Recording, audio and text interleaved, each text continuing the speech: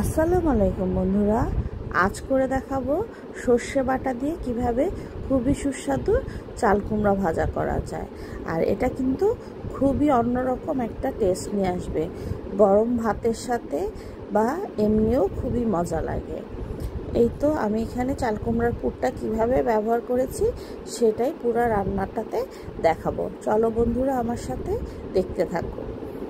এইখানে আমি একটা বড় চাল কুমড়া নিয়েছি। চাল কুমড়াটা সবুজ সবুজ ভাব থাকলে একটু ভালো লাগে, তার জন্য আঁচড়ে নিলেই হয়ে যাবে। তারপর দুই ফালি করে মোটা মোটা করে কেটে নিব। এভাবে চাল কুমড়াটা নিলে কিন্তু একদম তাজা তাজা মনে হয়। এইভাবে আমি দুই ভাগ করে নিয়েছি। তারপর একটা পুর তৈরি করে নেব, আর এটা হচ্ছে সরিষা বাটার পুর।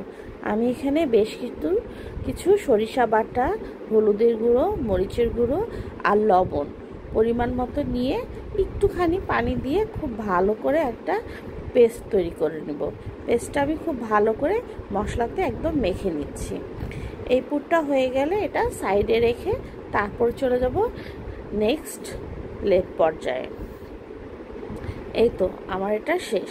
তারপর এখন চাল কুমড়াটা একটু হলুদ আর একটু লবণ দিয়ে একটুখানি গরম পানি, মানে 1 কাপের মতো পানিতে 10 থেকে 15 মিনিট চাল কুমড়াটা একটু ভাপ দিয়ে নেব। এতে করে চাল কুমড়াটা খুব ভালো সিদ্ধ হবে এবং ভাজতে বেশি সময় লাগবে না। এভাবে করেও কিন্তু ভাপ দিয়ে আমরা ফ্রোজেন করে রেখে দিতে পারি। যখন কি ঘরে সবজি থাকবে না বা সবজি পাওয়া যাবে না, তখন ফ্রিজ থেকে বের করে এভাবে করে নিতে হবে। আর কিভাবে পুরটা ভরতে হবে আমি দেখিয়ে দিচ্ছি। আমি প্রতিটা চাল কুমড়োর টুকরোতে এরকম মধ্যে একটা ফালি করে নিয়েছিলাম বা চিড়ে নিয়েছিলাম। সেই চিড়ের মধ্যে এই সরিষা বাটার পেস্টটা খুব ভালো করে ভরে দিয়ে তারপরে হালকা তেলে একটু ভেজে নেব। এ সময় চুলার জালটা মিডিয়াম থাকবে। আর যেহেতু চাল কুমড়াটা আমার ভাপ দেওয়া আছে, তাই বেশিক্ষণ লাগবে না হয়ে যেতে, তা না হলে অনেক সময় লাগতো কাঁচা চাল কুমড়াটাতে। এই তো এভাবে সরিষা বাটাটা ভিতরে দিয়ে দিলে তেলটা নষ্ট হয় না, আর চাল কুমড়া ভাজাটাও খুবই সুস্বাদু হয়। এই তো আস্তে আস্তে আমার চাল কুমড়াগুলো উল্টে পাল্টে দিচ্ছি। এভাবে উল্টে পাল্টে লাল হওয়া পর্যন্ত অপেক্ষা করতে হবে। যতক্ষণ না ভাজাটা লাল হয়ে আসে ততক্ষণ এভাবে উল্টে পাল্টে নেড়ে চেড়ে চুলার মধ্যে রাখতে হবে। এ সময় চুলার জালটা বেশি বাড়ানোও যাবে না, আবার বেশি কমিয়ে দিলে তেল ঢুকে চাল কুমড়াটা একদম তেল তেল করতে থাকবে। তার জন্য মিডিয়াম হিটেই আঁচটা রাখতে হবে।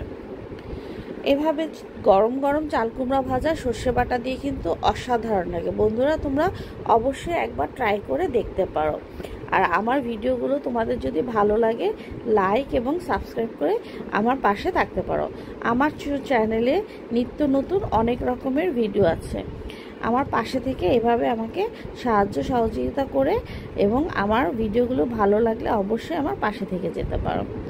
এই তো সর্ষে বাটা দিয়ে চাল কুমড়াটা পুর খুবই অসাধারণ, এবং গরম ভাতের সাথে যে কি স্বাদ লাগে অবশ্যই বন্ধুরা একবার করে আমাকে জানিও।